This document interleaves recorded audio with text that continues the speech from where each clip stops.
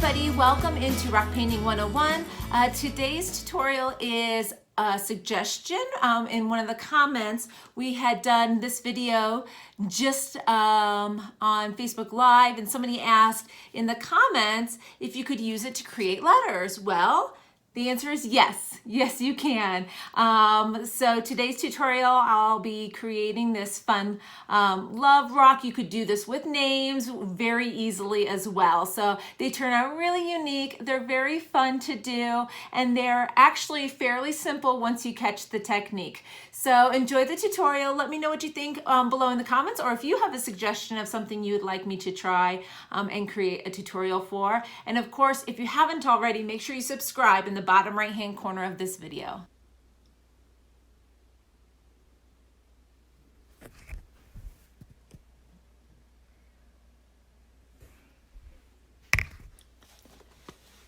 Okay, so I messed up on my audio on this video, so I'm going to do my best to kind of talk over what I am painting.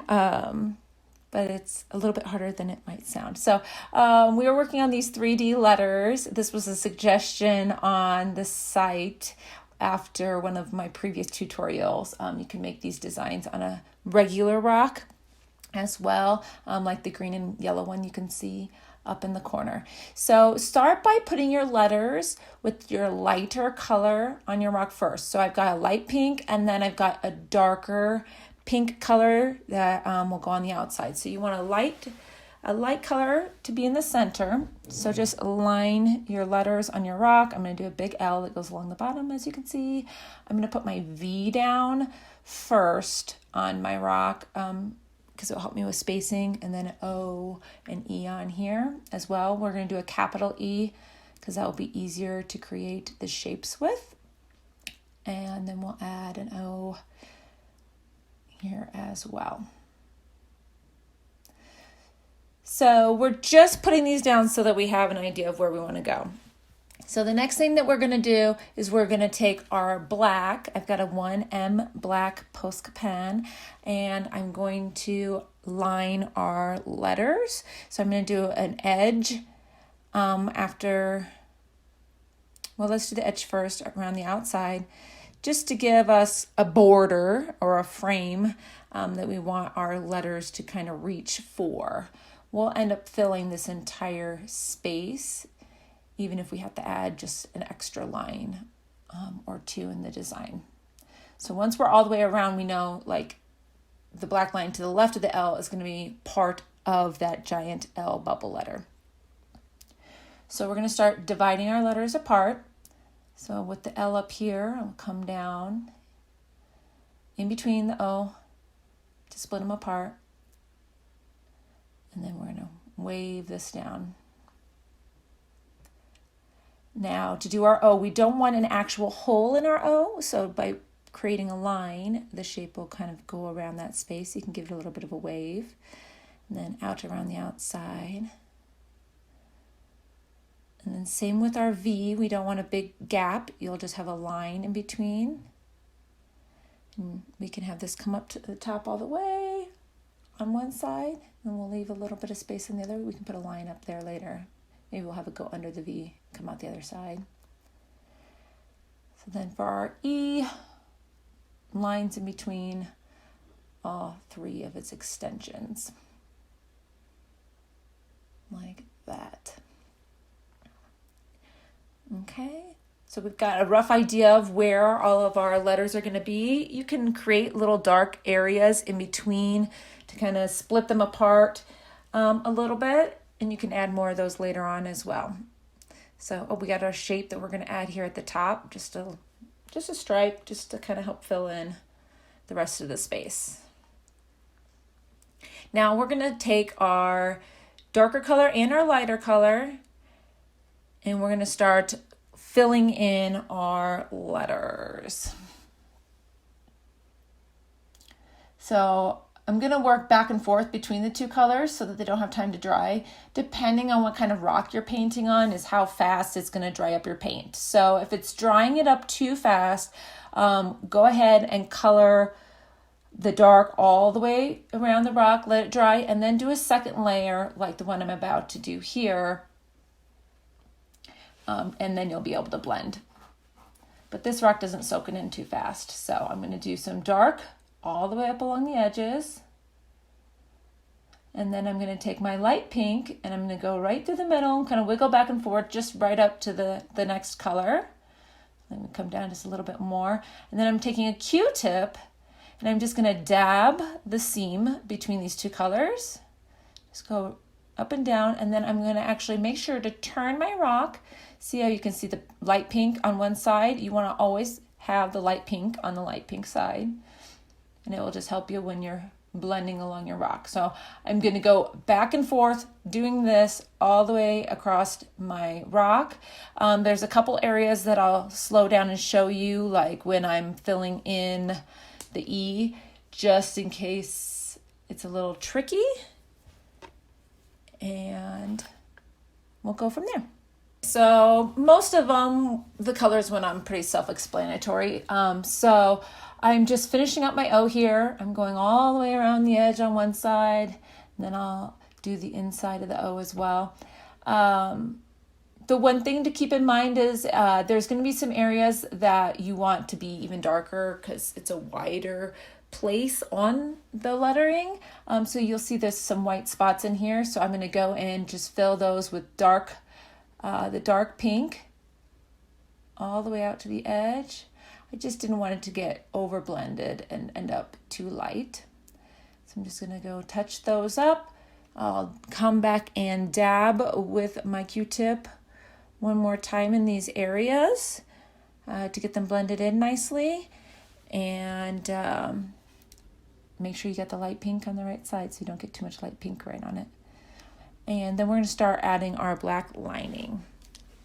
So this is dried, so I'm coming in with my 1M black again, and I'm going to start giving these letters some thickness, I guess you could say, some bulk. That's kind of how you pull off this technique with these shapes. So we're going to find a spot where we're going to make our arches from and create a line going in either direction. It almost looks like the shape of an eye right in the corner there. You could do this wherever you want to. And then just from this corner area, we're going to start expanding and creating these arches.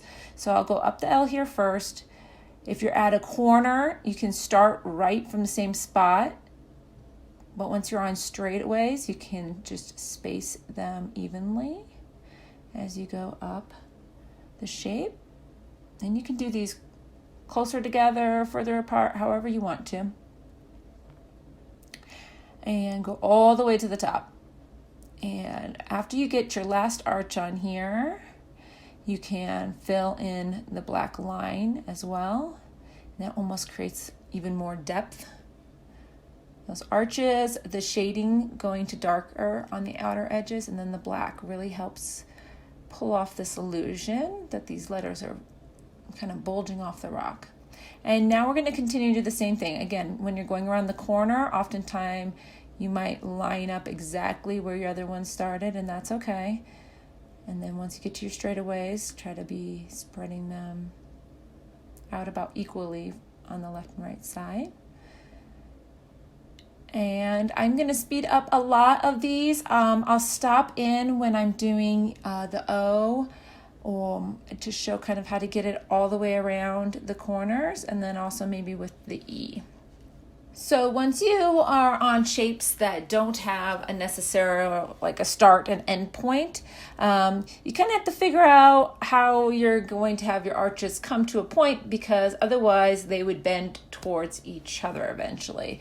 So a good spot to have it would be across from where your beginning spot was in the first place. So we're just going to have a straight line that kind of goes across, and then we're going to kind of arch to that in either direction, and we'll just kind of play with the lines until we like the way that it's looking.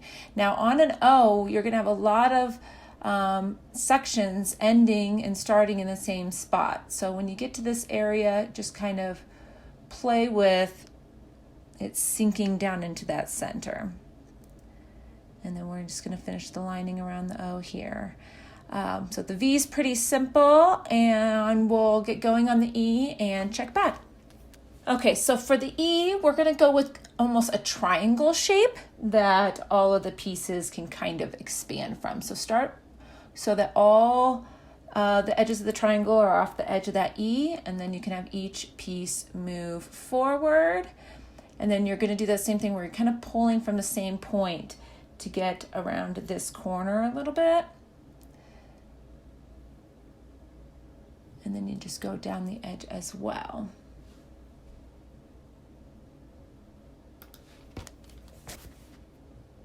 The last thing I'm going to do is take a thicker pen and just add a nice thick border around the outline. I can kind of clean up edges where my black lines might have gone over, or even some of my pink might have come over the line just a smidge when I was doing my blending.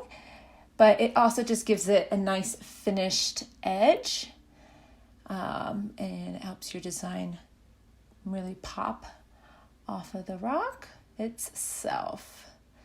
So with that, we are going to call this one finished. Thank you so much for the suggestion. Again, this was something that one of the comments suggested, to try to use this same design. I did the pink rock on the side here live, and they had suggested that, so which was really fun. So I'm going to come in here, clean up a couple lines. I see a couple sloppy lines.